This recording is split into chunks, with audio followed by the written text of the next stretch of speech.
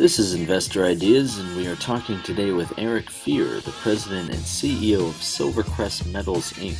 SilverCrest is a Canadian precious metals exploration company headquartered in Vancouver, BC, that is focused on new discoveries, value-added acquisitions, and targeting production in Mexico's historic precious metal districts. SilverCrest is traded on the TSXV under the ticker symbol SIL. Eric, thanks for joining us today. Great. Thanks for having me back on, Sam.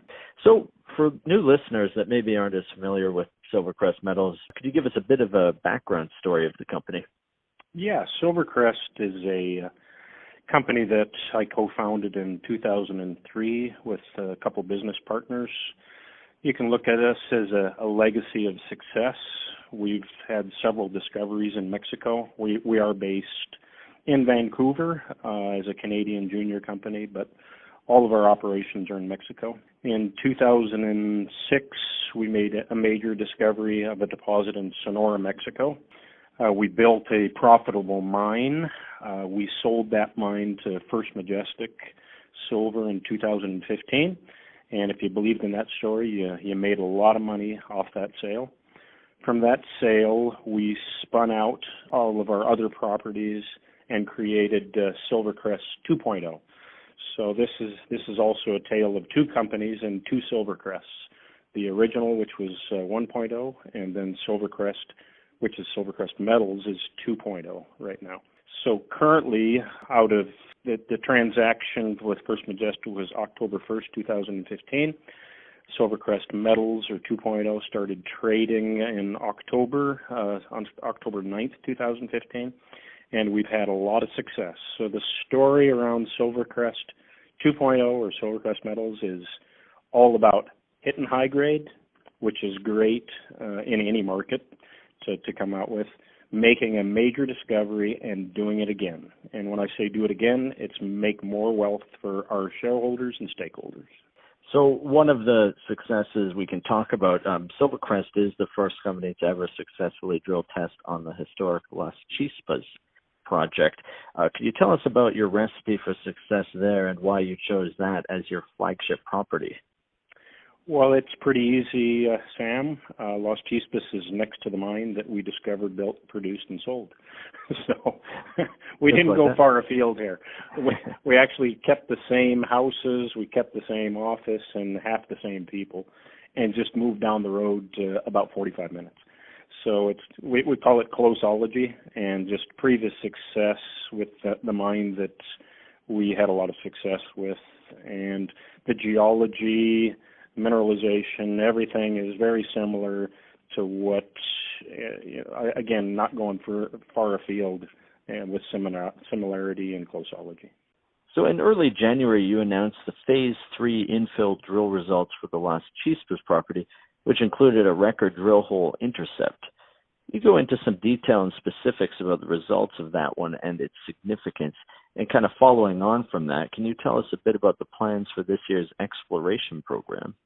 Yeah, when I say high grade, this is really high grade. And from a compliance and disclosure standpoint, you're not allowed to say bonanza grades because people don't know what a bonanza grade is, or some do. But this is extremely high grade. I mean, these are grades that we're hitting that were mined between the 1600s and the 1800s by the Spanish in Mexico. So we've discovered and made a major discovery at the Las Chispas property that is impressive worldwide. Las Chispas is now rated by RBC, a bank in Canada, that it's in the top 10 highest grade silver gold deposits in the world, with certain constraints, and there's a disclaimer around that if you want to research it. But this is quite an impressive deposit. The hole that we put out in January is hole 122, 122nd hole that we drilled in our major vein, which is called the Bobby Canora vein.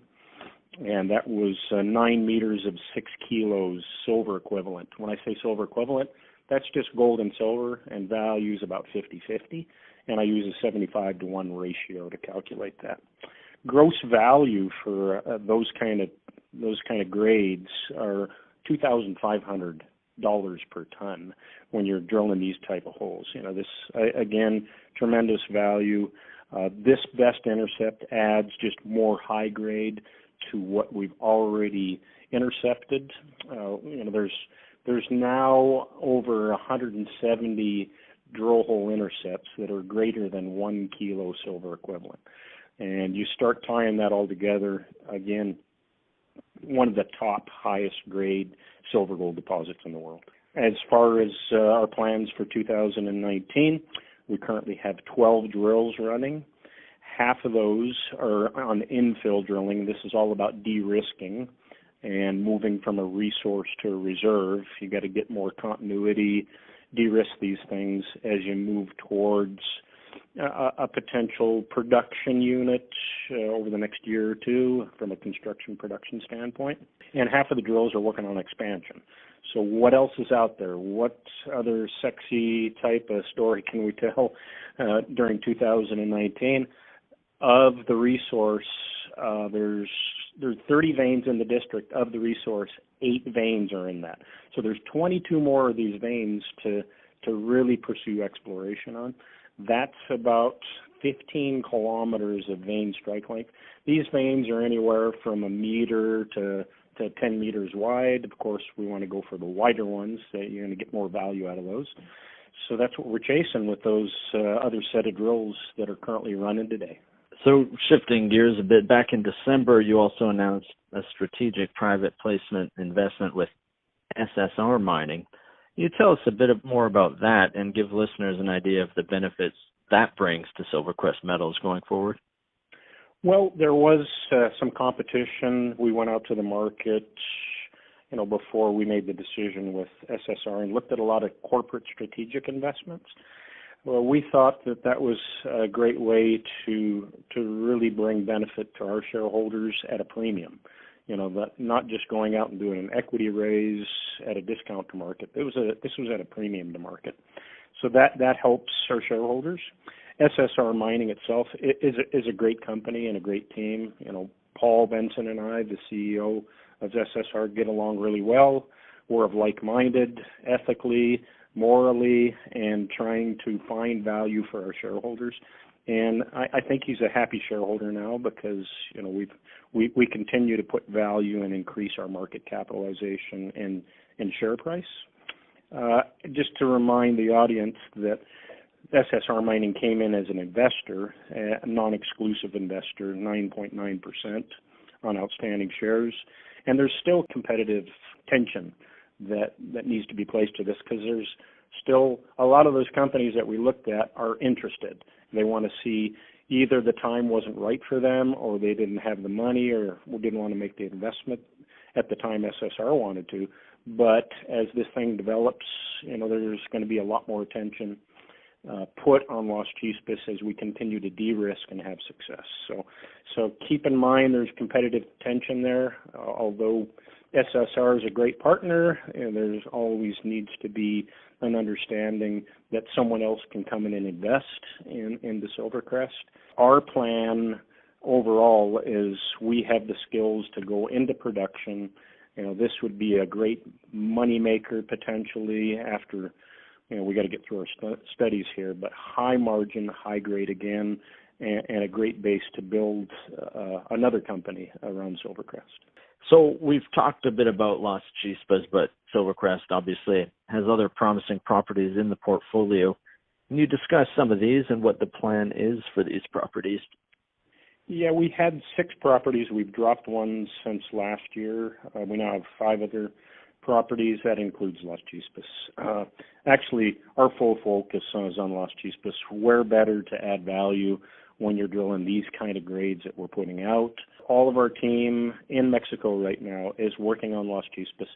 We do have a program to look at around Las Chispas for added value, and this is part of our M&A program, mergers and acquisitions, looking at project acquisitions that may fit long-term for a production unit that we feel is going to be at Las Chispas. Now, Eric, you've always been a good guest on our podcast, and you've been on it several times. You always have great foresight for the metals and juniors market. So from a technical charting perspective, silver looks to have bottomed last year and broke resistance pressure this year. Analysts are optimistic for silver, but do you agree so far as to what you've seen that 2019 could be the year for silver? We're building a base, Sam. So these types of cycles, and I'm a cycles guy, they occur in 7 to 8 year cycles. I think we're 7 years out now in a down cycle for silver. You never can peg the bottom here. It sneaks up on you, and a year or two later you say, oh, we're in a bull cycle. A year ago I said there's going to be more pain, and there was. And I see less pain moving forward to the precious metals market. And by fall, I think, there's that. Then you'll start getting a glimpse, of some opportunities, from a growth standpoint in a lot of the guys, the senior down to the juniors that have been struggling for so many years. And I think we're going to exit 2019 much better off than how we're entering right now. All right. Well, we really cruised through those. Is there anything else you want to add before we say goodbye? Yeah, just for your listeners, this story is a very exciting story around SilverCrest with this discovery. Some people have coined it as a world-class discovery just based off the high grades that we're intercepting. We're very frugal with the amount of money that we try to burn through to prove this up. We currently have $43 million in the bank, so plenty of money to run these programs. We're on a schedule right now to making a decision around a pre-feasibility/feasibility study toward the end of this year, early part of next year, and that decision would be a green light, hopefully, to go into construction and production. Our soft targets right now are to be in production in 2021, and you start looking at this. We're going to put a PEA out in end of March. Look at those economics. You start looking at this. These kind of grades just scream high margin, and you're going to make money. And it's also a very attractive target if you want to go in the direction of SilverCrest being acquired. So these are the kind of discoveries that the industry is just begging for because there's such a lack of precious metal discoveries that are out there. And therefore, I can tell you right now, we're on the radar of several companies that are just watching us closely as we proceed and de-risk things. And there's a good likelihood that some of them are going to approach us. We'll see what that timing is. In my business, it's usually when you got permits and when you got some de-risking and studies done and you're about ready to construct or produce. So we'll see where we're at in the next 12 months around that scenario. All right. Well, Eric, once again, thanks for joining us today. Okay, Sam. Well, thanks for having me on again.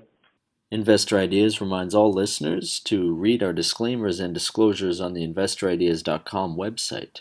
All investment involves risk, and this podcast is not meant to be an endorsement to buy or sell securities or products.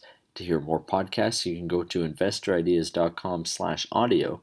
And a reminder, you can also hear our podcasts on iTunes, Google Play Music, iHeart.com, TuneIn, Stitcher, Spreaker, and SoundCloud. For more information about SilverCrest, please visit SilverCrestMetals.com. And for disclosure purposes, SilverCrest is a PR news and social media featured company on InvestorIdeas.com.